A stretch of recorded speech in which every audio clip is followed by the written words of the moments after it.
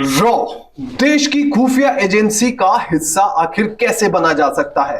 क्या कोई भी व्यक्ति कोई एक एग्जाम क्लियर करके सीधा रॉ में जा सकता है? मगर आज तक आपको कोई आदमी ऐसा नहीं मिला होगा जो आपको यह बताएगा कि मैं रॉ में था, मैं रॉ का अधिकारी हूं, मैं रॉ में इस पोस्ट पर हूं, मैं RNAW में ऐसे ऐसे ऑपरेशंस करता रहा हूं। कभी कोई नहीं बताएगा। यही है देश सेवा के प्रति जज्बा। काम सबसे ऊंचा, ऐसा काम कि जिसको कोई सोच भी नहीं सकता, मगर उसकी कोई भी शाबाशी मीडिया में लेना रॉ के अधिकारियों का काम नहीं है। देखिए, रॉ का कोई डेडिकेटेड एक कैडर नहीं है। रॉ में अधिकारी ज्यादातर डेपुटेशन पर जाते हैं। आप आईबी में है, आईबी से डेपुटेशन पर चले जाएंगे, सीबीआई में है, सीबीआई से डेपुटेशन पर चले जाएंगे, और कोई एजेंसी में है तो वहां से आप डेपुटेशन में चले जाएंगे।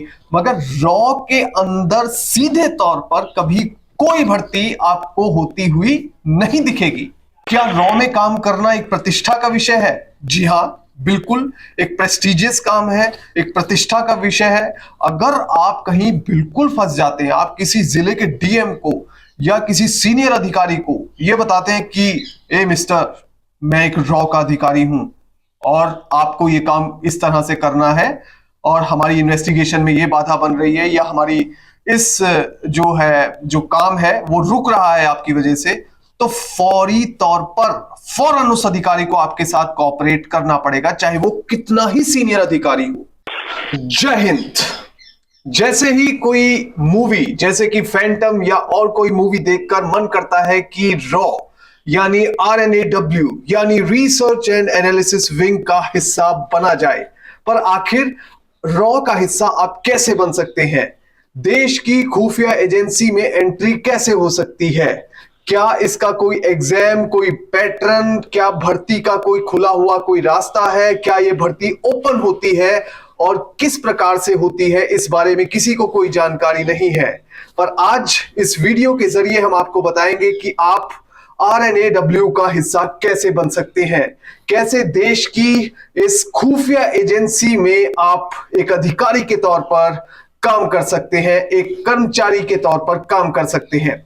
देखिए, RNAW जो है वो देश की खुफिया एजेंसी है, जो लगभग MI5 से लेकर ISI और देश की दूसरे देशों की जितनी भी एजेंसीज हैं उनसे पूरी टक्कर के साथ काम करती है। और भारत की जो खुफिया एजेंसी है RNAW, वो बहुत बढ़िया तरीके से इंटरनेशनल लेवल पर अपने ऑपरेशंस को अंजाम भी देती रही है।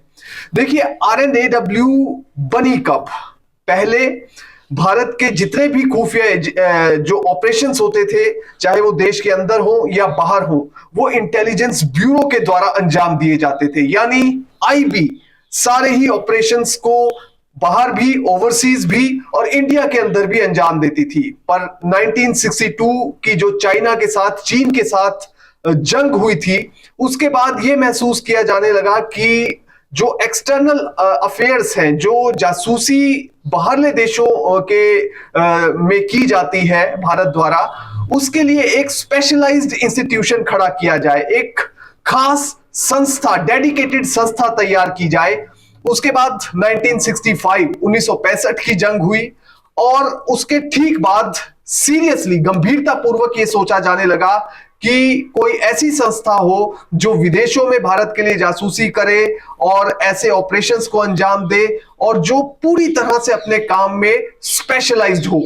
उसके बाद साल 1968 में रॉ की यानी RNAW की स्थापना की गई। RNAW में भर्ती कैसे होती है, इस बारे में किसी को कुछ नहीं पता, मगर जब आप गूगल करेंगे या YouTube पर ढूंढने जाएंगे तो आपको कई वीडियोस मिल जाएंगे जिसमें लोग अपना ज्ञान बांट रहे हैं। मगर सच्चाई यह है कि उनमें से ज्यादातर को इस पैटर्न के बारे में जानकारी ही नहीं है कि RNAW में भर्ती आखिर होती कैसे है। कैबिनेट सेक्रेटेरिएट जो होता है उसके तहत RNAW आती है, यानी कैबिनेट सेक्रेटेरिएट जो प्रधानमंत्री कार्यालय का होता है, उसके अधीन ये एजेंसी काम करती है और आप अगर कैबिनेट सेक्रेटरीटेरिएट की साइट पर जाएंगे तो वहां पर आपको सेक्रेटरी आर के नाम से एक पोस्ट भी डेजिग्नेटेड मिल जाएगी। सेक्रेटरी आर मतलब सेक्रेटरी रिसर्च, जो कि सीधे तौर पर आरएनएडब्ल्यू के सबसे सीनियर मोस्ट अधिकारी होते हैं, और रॉ के जो टॉप के अधिकारी होते हैं वो सेक्रेटरी आर को रिपोर्ट करते हैं, और सेक्रेटरी आर आगे कैबिनेट सेक्रेटरी को, और कैबिनेट सेक्रेटरी सीधे तौर पर प्रधानमंत्री को ब्रीफ करते हैं। और इतना ही नहीं कि रॉ के जो टॉप मोस्ट ऑफिसर्स होते हैं वो सीधे तौर पर प्रधानमंत्री को भी ब्रीफ कर सकते हैं। तो कुछ इस तरह का पैटर्न रॉ का काम करने का होता है। और जो सीनियर मोस्ट अधिकारी होते हैं वो ज्यादातर आईपीएस अधिकारी होते हैं। जैसे सेक्रेटरी आर की मैंने बात की, तो सेक्रेटरी आर भी ज्यादातर आईपीएस अधिकारी, पुलिस सर्विस के अधिकारी होते हैं।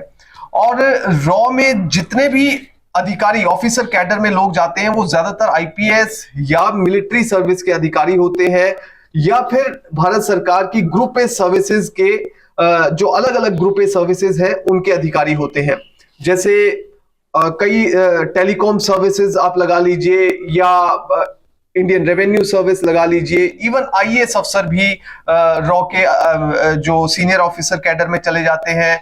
आर्म्ड फोर्सेस, डिफेंस फोर्सेस, इसके साथ ही जो इंफॉर्मेशन सर्विस और भी कई एलाइड ग्रुप ए सर्विस होती हैं उनके अधिकारी रॉ में चले जाते हैं। मगर ये जाते हैं सीनियर लेवल पर, executive group A officer level पर।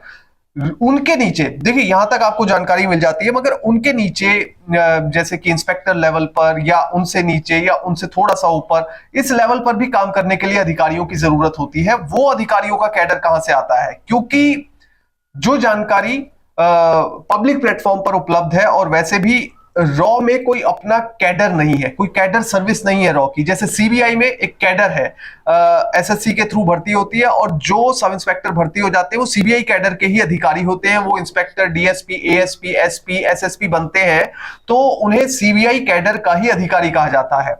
इसी तरह से रॉ में कोई सीधे भर्ती नहीं होती है, यहां पर सारे अधिकारी डेप्यूटेशन पे जाते हैं। उनको ऑप्शन मिलता है ज्यादातर अधिकारियों को कि क्या आप इस महकमे में एब्जॉर्ब होना चाहते हैं, क्या आप रॉ के अधिकारी परमानेंटली बनना चाहते हैं, तो वो अधिकारी रॉ में एक परमानेंट अधिकारी के तौर पर काम कर सकते हैं अगर वो अपनी कंसेंट दे देते हैं, या फिर वो खुद करना चाहे तो उन्हें रॉ में एब्जॉर्ब कर लिया जाता है, यानी कि उन्हें रॉ में हमेशा काम करने का मौका मिलेगा, देश की सेवा करने का मौका मिलेगा। मगर सीधे तौर पर अगर आप पब्लिक प्लेटफॉर्म पर, किसी भी सोशल नेटवर्किंग साइट पर या गूगल पर आप सर्च करेंगे कि रॉ में काम कैसे किया जा सकता है, रॉ का हिस्सा कैसे बना जा सकता है, तो कोई कंक्रीट जानकारी आपको नहीं मिलेगी। इधर उधर की वीडियोस मिल जाएंगी। इसका सीधा एक आंसर यह है कि आप एक सरकारी अधिकारी होने चाहिए। सिर्फ आप तभी रॉ में जा सकते हैं अधिकारी बनकर। अगर आप यूपीएससी के थ्रू ग्रुप ए सर्विस में अपॉइंट होते हैं तो ग्रुप ए सर्विस के अधिकारी को मौका मिलता है रॉ में जाने का। अगर रॉ के अधिकारी या रॉ खुद समझती है कि यह अधिकारी काम करने के योग्य है इस एजेंसी में, तो वो खुद उसको कांटेक्ट करते हैं, या फिर वो अधिकारी खुद अपना ऑप्शन देकर किसी तरह से अधिकारियों से मिलकर जो है सरकार को अपनी ये जता सकता है अपनी इच्छा कि मैं देश की सेवा रॉ में रहकर करना चाहता हूं, तो उसको भी मौका मिल सकता है आरएनएडब्ल्यू में रहने का। दूसरा है एसएससी के थ्रू। जो नीचे लेवल पर अधिकारी होते हैं, कर्मचारी होते हैं, वो एसएससी के थ्रू आते हैं, और ज्यादातर अधिकारी जो एसएससी के थ्रू भर्ती होते हैं उनमें से कुछ अधिकारी रॉ में डेप्यूटेशन पर चले जाते हैं। कुछ अधिकारी तो ऐसे होते हैं जो रॉ में ही पूरा जीवन गुजारते हैं क्योंकि उन्हें रॉ बहुत अच्छी लगती है। एक और चीज है कि रॉ में जो अधिकारी काम करते हैं उन्हें अपनी तनख्वाह का 25% एक्स्ट्रा मिलता है, जिसे रिस्क अलाउंस कहा जाता है। तो रिस्क अलाउंस की एक सुविधा भी आरएनएडब्ल्यू में है। इसके अलावा जो स्टेट पुलिस के अधिकारी होते हैं वो भी डेप्यूटेशन पर आरएनएडब्ल्यू में जा सकते हैं। उनके पास भी ऑप्शन होता है। अगर एजेंसी को लगे कि ये अधिकारी बहुत आउटस्टैंडिंग काम कर रहा है अपनी एजेंसी में, इसकी हमें जरूरत है, तो आरएनएडब्ल्यू खुद भी कांटेक्ट कर लेती है। तो ये बेसिक सी बातें थी। मगर कई लोग जो फिल्मी बातें देखकर उनको भूत सवार होता है कि रॉ में काम करना है, हम चले जाएंगे एक दिन रॉ में, ऐसा कुछ नहीं होता है। फिल्मों की बातें फिल्मों में रह जाती है।